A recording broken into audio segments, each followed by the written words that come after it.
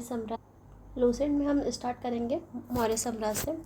मौर्य वंश का संस्थापक चंद्रगुप्त मौर्य था।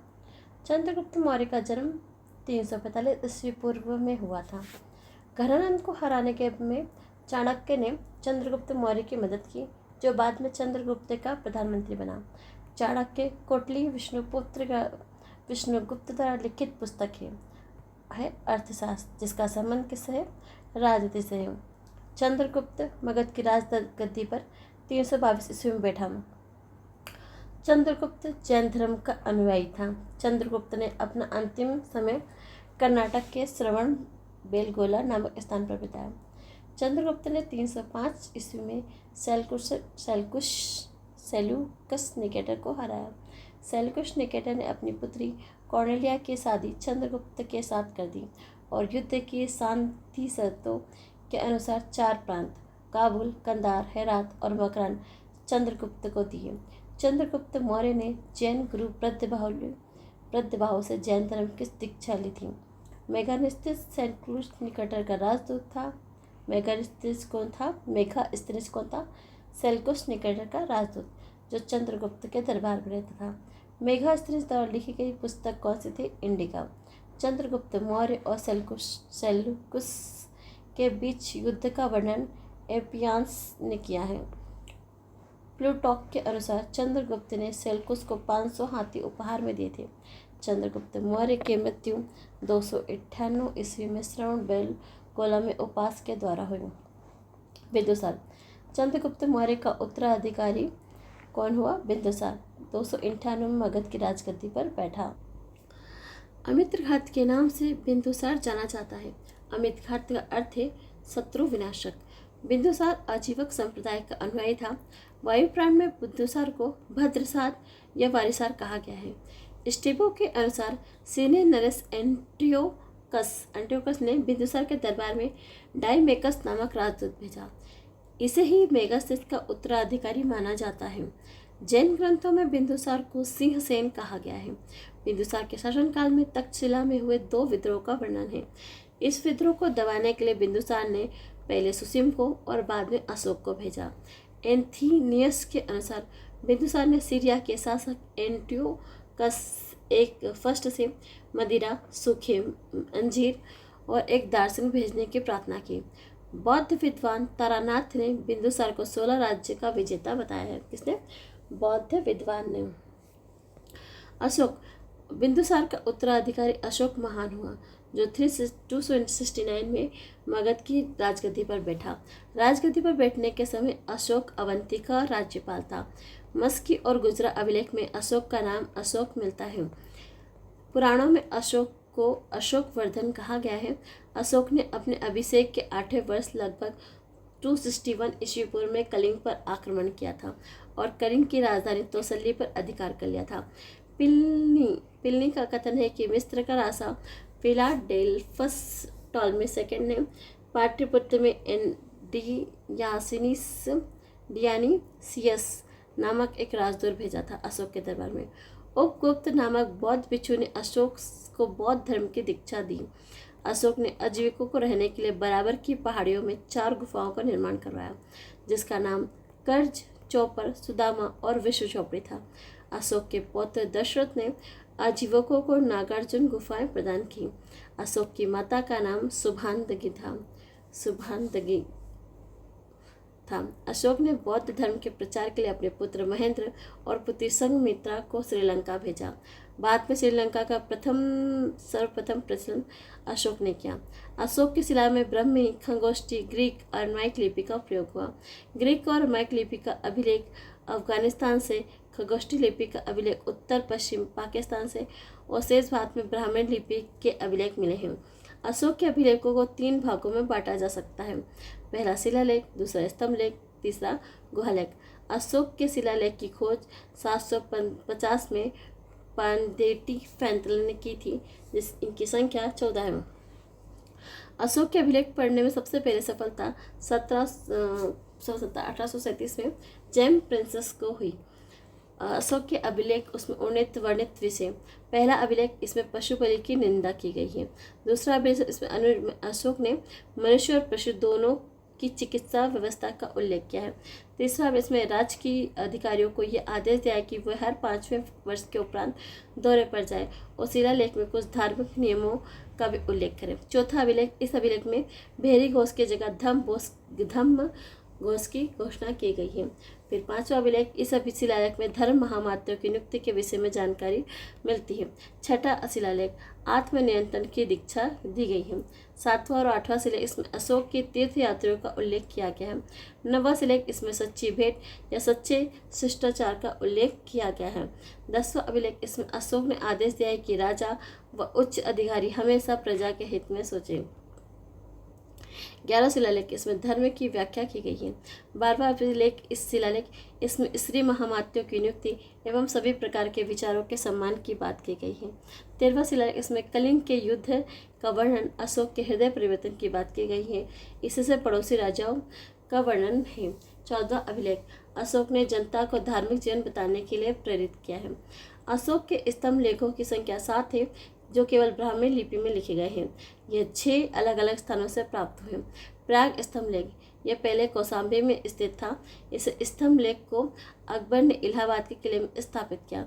दूसरा है दिल्ली टोपरा, यह स्तंभ लेख फिरोज शाह तुगलक के द्वारा टोपरा से दिल्ली लाया गया था। फिर दिल्ली और मेरठ, पहले मेरठ में स्थित यह अभिलेख फिरोज शाह द्वारा दिल्ली लाया गया था। रामपुरवा, यह स्तंभ लेख चंपारण बिहार में स्थापित है।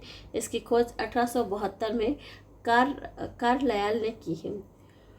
फिर लौरिया अरेराज चंपारण बिहार में और लौरिया नंदनगंज चंपागढ़ बिहार में इस स्तंभ पर मोर का चित्र बना हुआ है। कौशाम्बी अभिलेख को रानी का अभिलेख कहा जाता है। अब अशोक का सबसे छोटा स्तंभ लेख रुमेनदेई है। इसी में लुम्बिनी में धर्म यात्रा के दौरान अशोक द्वारा भू राजस्व की दर घटा देने की घोषणा की गई थी। अशोक का 7वां अभिलेख सबसे लंबा है। प्रथम पृथक अभिलेख में घोषणा है कि सभी मनुष्य मेरे बच्चे हैं। अशोक का सार एक कंधार अभिलेख ग्रीक व अमराई भाषाओं से प्राप्त हुआ है। साम्राज्य में मुख्यमंत्री और पुरोहित की नियुक्ति के पूर्व उनके चरित्र को काफ़ी जांचा परखा जाता था, जिसे उपधा परीक्षण कहा जाता था। सम्राट की सहायता के लिए एक मंत्री परिषद होती थी, जिसमें सदस्यों की संख्या 12, 16 और 20 हुआ करती थी। अर्थशास्त्र के शीर्ष अधिकारियों के रूप में तीर्थ का उल्लेख मिलता है, जिसे महामात्य भी कहा जाता है। इनकी संख्या 18 थी। अर्थशास्त्र में चर जासूस को कहा गया है। अशोक के समय मौर्य साम्राज्य प्रांतों की संख्या 5 थी। प्रांतों को चक्र कहा जाता था। मौर्य प्रांत और राजधानी उत्तरापथ तक्षशिला, अवंती राष्ट्र उज्जैनी, कलिंग तौसली, दक्षिणापथ स्वर्णगिरी, प्राशी पूर्वी प्रांत यानी पाटलिपुत्र। उसके बाद है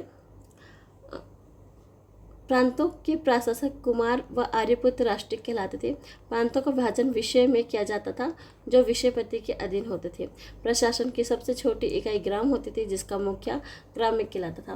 प्रशासकों में सबसे छोटा गोप था, जो कि 10 ग्रामों का शासन संभालती थी। मेगास्थित के अनुसार नगर का प्रशासन 30 सदस्यों का एक मंडल करता था, जो कि 6 समितियों में विभाजित था। प्रत्येक समिति में 5 सदस्य होते थे। अर्थशास्त्र में वणित तीर्थ, मंत्री, प्रधानमंत्री, पुरोहित, धर्म एवं दान विभाग का प्रधान। फिर तीसरा सेनापति, सैन्य विभाग का प्रधान। चौथा युवराज, राजपुत्र। 5वां द्वारिक यानी राज्य द्वार रक्षक। 6ठा अंतर्वेदिक, अंतपुर का अध्यक्ष। 7वां समाहर्ता, आर्य का संग्रहकर्ता। 8वां सन्निधाता, राज्य की कोष का अध्यक्ष। 9वां प्रशासता, कारागार का अध्यक्ष। 10वां प्रदेष्टि, कमिश्नर। 11वां पौर, नगर का कोतवाल। 12वां व्यवहारिक, प्रमुख न्यायाधीश। 13वां नायक, नगर रक्षा का अध्यक्ष। 14 कर्मांतिक, उद्योगम कारखाने का अध्यक्ष। 15 मंत्रिपरिषद यानी अध्यक्ष। दंडपालक, सेना का सामान एकत्र करने वाला। फिर 17 दुर्गपाल यानी दुर्ग रक्षक। 18 अंतपाल, सीमावर्ती दुर्गों का रक्षक। बिक्री कर के रूप में मूल्य का 10वां भाग वसूला जाता था। इसे बचाने वाले को मृत्युदंड दिया जाता था।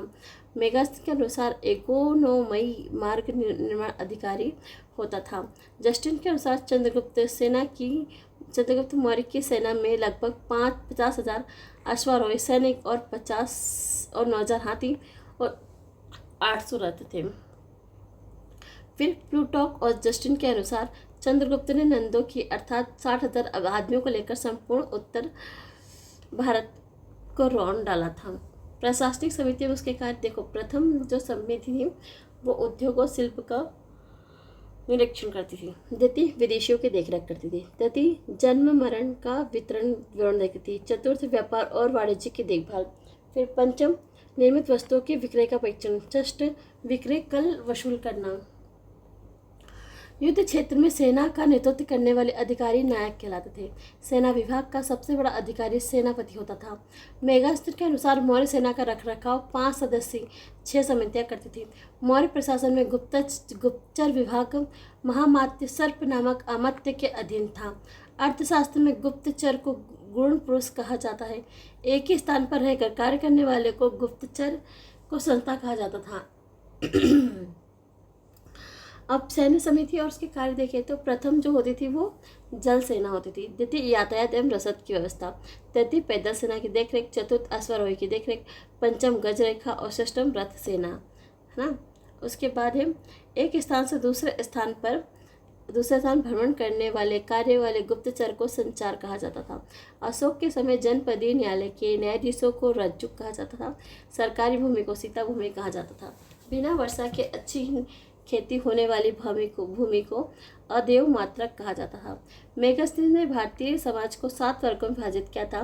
पहला दार्शनिक, दूसरा किसान, तीसरा अहीर, चौथा कारीगर, 5वां सैनिक, छठा निरीक्षक और 7वां सभासद। स्वतंत्र वेश्यावृत्ति अपनाने वाली महिलाओं को रूपा जीवा कहा जाता था।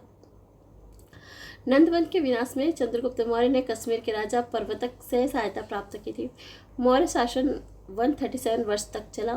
मौर्य साम्राज्य का अंतिम शासक वृद्धता इसकी हत्या पुष्यमित्र शुंग ने 185 ईस्वी में कर दी और मगध पर शुंग वंश की नींव डाल दी। ब्राह्मण साम्राज्य। पुष्यमित्र शुंग जिसने मगध पर शुंग वंश की नींव डाली थी ब्राह्मण जाति था। शुंग शासकों ने अपनी राजधानी विदिशा में स्थापित की। इंडो यूनानी मिलांडर शासक मिलांडर को पुष्य शुंग ने पराजित किया। पुष्यमित्र शुंग ने 2 बार अश्वमेध यज्ञ किया। इसके लिए पतंजलि ने अश्वमेध यज्ञ कराए। भरत स्तूप का निर्माण।